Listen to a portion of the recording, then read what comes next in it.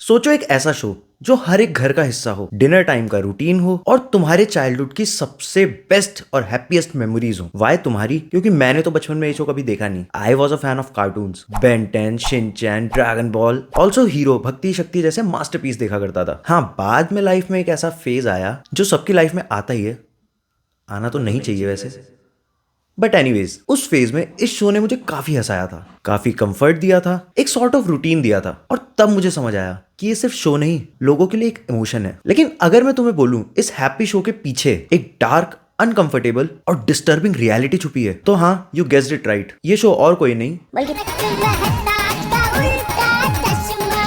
जो सिर्फ एक कॉमेडी शो नहीं, एक इमोशन हुआ करता था, बट नॉट एनीमोर। तो वीडियो को लाइक कर लो और चैनल को सब्सक्राइब कर लो, क्योंकि आज हम बात करने वाले हैं कि कैसे ये शो एंटरटेनमेंट से आज झेल बन चुका है।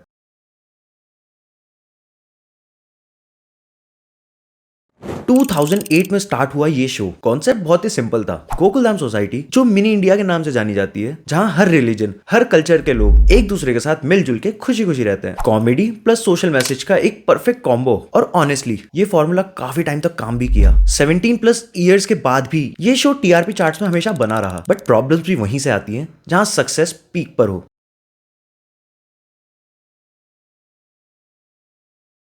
एक टाइम हुआ करता था जब कैरेक्टर्स रिलेटेबल थे। जेठालाल के स्ट्रगल्स, दया की इनोसेंस और चंपक चाचा का ज्ञान। बंद कर दे ये तेरा चाय पीना और गांधी जी बन, गांधी जी की तरह बकरी का दूध पीना शुरू कर दे, सेहत के लिए अच्छा होगा। अब देखो तो चाय चाय चाय चाय लो कहीं लो।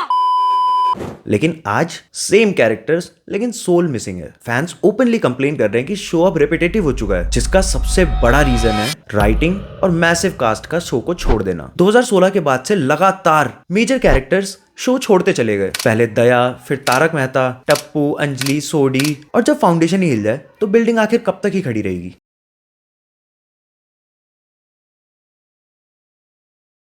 तो अब आते हैं उस पार्ट पे जो शो के डाउनफॉल का शायद द रियल रीजन है, टॉक्सिक वर्क कल्चर एलिगेशंस। कई एक्टर्स ने ओपनली एक्यूज किया है कि सेट का एनवायरनमेंट टॉक्सिक था। Mental harassment, unpaid dues, disrespectful behaviour, ये सब एलिगेशंस बार बार सामने आए। इवन एक्टर्स ने खुल के बोले भी है। हरासमेंट केस, सबसे शॉकिंग कंट्रोवर्सी, रोशन सोडी का रोल प्ले करने वाली जेनिफर मिस्त्री ने प्रोड्यूसर आसित मोदी पर सीरियस एलिगेशंस लगाए। उन्हें बार बार इनएप्रोप्रिएट कमेंट्स दिए गए, अनवांटेड एडवांसेस ड्यू थे और उनके लिए टॉक्सिक एनवायरनमेंट क्रिएट किया गया। ऐसे पास में आके तुम्हारे होंठ बड़े सेक्सी है, ऐसा लगता है पकड़ के किस कर लूं। बता रही हूं, मैं हाथ पैर ठंडे पड़ गए कि यार ये इन लोग बैठ के रात को पीते हैं, कोई रात को रूम में आ गया तो मैं क्या करूं। केस इतना सीरियस था कि एफआईआर तक फाइल हुई और पुलिस ने इन्वेस्टिगेशन भी करी। लेकिन प्रोड्यूसर ने इन सब एलिगेशंस को बेसलेस कहा। लेकिन डैमेज तो ऑलरेडी हो ही चुका था ना। शैलेश लोढ़ा, जो तारक मेहता प्ले करते थे, उन्होंने शो छोड़ने के बाद लीगल एक्शन लिया क्योंकि उनके ड्यूज क्लियर नहीं हुए थे। कोर्ट ने भी उनके फेवर में ही डिसीजन लेते हुए more than 1 करोड़ रुपीस पे करने का ऑर्डर दिया प्रोड्यूसर्स को। ये सिर्फ मनी का इशू नहीं था, इसमें सेल्फ रिस्पेक्ट की भी बात थी। उन्होंने जिस भाषा में बात की वो मुझसे स्वीकार्य नहीं थी मेरे लिए। जब उन्होंने कहा यहाँ सब काम करने वाले मेरे नौकर हैं, इस तरह की एक लैंग्वेज उन्होंने बोली थी, तब भी भिड़ंत हो चुकी थी।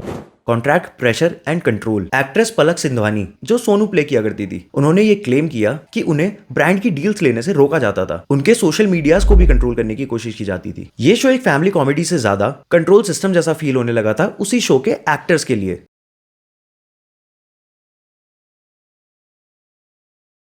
स्क्रीन पर तो गोकुलधाम एक ड्रीम वर्ल्ड जैसा लगता है, जहां हर प्रॉब्लम्स की हैप्पी एंडिंग्स दी जाती हैं। I love happy ending. लेकिन रियलिटी वो तो एक्टर्स ने बताई। Long working hours, delayed payments, disrespect, mental stress. कुछ लोगों ने तो ओपनली बोला कि उनकी मेंटल हेल्थ तक अफेक्ट हुई है। ये वही शो है जो ऑडियंस को स्ट्रेस फ्री करता है, और वही शो अपने ही एक्टर्स को स्ट्रेस दे रहा है।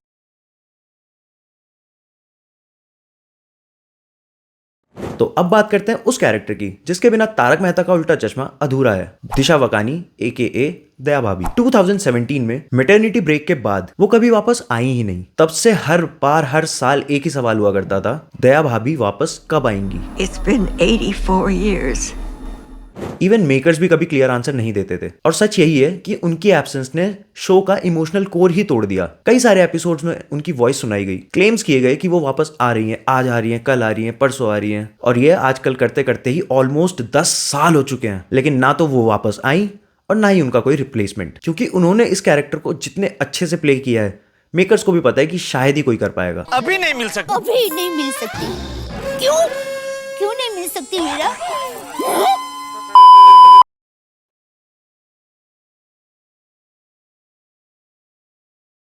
आज प्रॉब्लम्स सिर्फ स्टोरीज नहीं है, भले ही स्टोरीज के नाम पे आज इनके पास कुछ भी नहीं बचा है बताने को, फिर भी रियल प्रॉब्लम है missing the original cast, weak writing, controversies का इंपैक्ट और ऑडियंस का ब्रोकन ट्रस्ट। एक टाइम था जब शो रियलिटी से एस्केप देता था, लेकिन आज लगता है कि शो खुद अपनी रियलिटी से फाइट कर रहा है। कब तक टप्पू सेना को कच्छों में दिखाओगे भाई? कब तक उनको बच्चों वाला ट्रीटमेंट दोगे? जो बच्चे टप्पू सेना के टाइम पे बच्चे हुआ करते थे, आज वो माँ बाप बन चुके हैं। पुराना टप्पू बेटा तो बाप से भी 4 कदम आगे निकला। बाप जिंदगी रो पिता पे लाइन मारता रह गया, मगर बेटा तो पटाखे ले गया। राज की मुनमुन दत्ता के साथ रूमर्ड अफेयर की न्यूज बाहर आई थी। टप्पू बबीता जी को कर रहा है डेट। लेकिन शो में 6-6 फुट की टप्पू सेना आज भी बच्ची ही है, जीरो कैरेक्टर डेवलपमेंट। कब तक पोपट लाल को अनमैरिड दिखाओगे? ये सरासर अन्याय है, मैं दुनिया हिला दूंगा। खाली टप्पू सेना के बच्चे हो जाने चाहिए थे अब तक तो, लेकिन उनके पोपट अंकल जो पोपट दद्दू बन चुके हैं, वो अभी भी आस लगाए बैठे हैं शादी के लिए। ऑडियंस पक चुकी है रोज जेठालाल का बालकनी से भिड़े के ऊपर जल गिराना देख के। This is not funny anymore. Audience पक चुकी है रोज की वही तू मैं देख के, पोपट लाल का सबसे बिना मतलब के लड़ना झगड़ना देख के, गोकुलधाम पुरुष मंडली का हर बार पार्टी शार्टी का प्लान बनना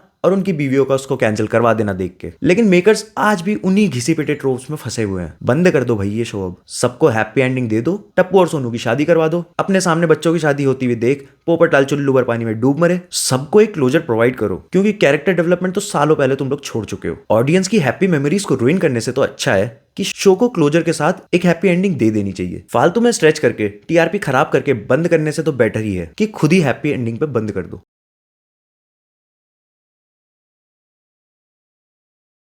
तो कभी कभी प्रॉब्लम एंडिंग में नहीं होती, प्रॉब्लम होती है एंडिंग को डिले करने से। तारक मेहता का उल्टा चश्मा एक लेजेंडरी शो है, लेकिन हर लेजेंड एक परफेक्ट एंडिंग तो डिजर्व करती ही है। आज लोग ये नहीं पूछ रहे कि नेक्स्ट एपिसोड में क्या होगा, लोग ये पूछते हैं कि ये शो अब तक चल रहा है या ये शो अब तक क्यों चल रहा है। और शायद किसी भी स्टोरी की बेस्ट एंडिंग वो होती है जब लोग बोले यार इतनी जल्दी क्यों खत्म हो गया, ना कि अब तक क्यों चल रहा है।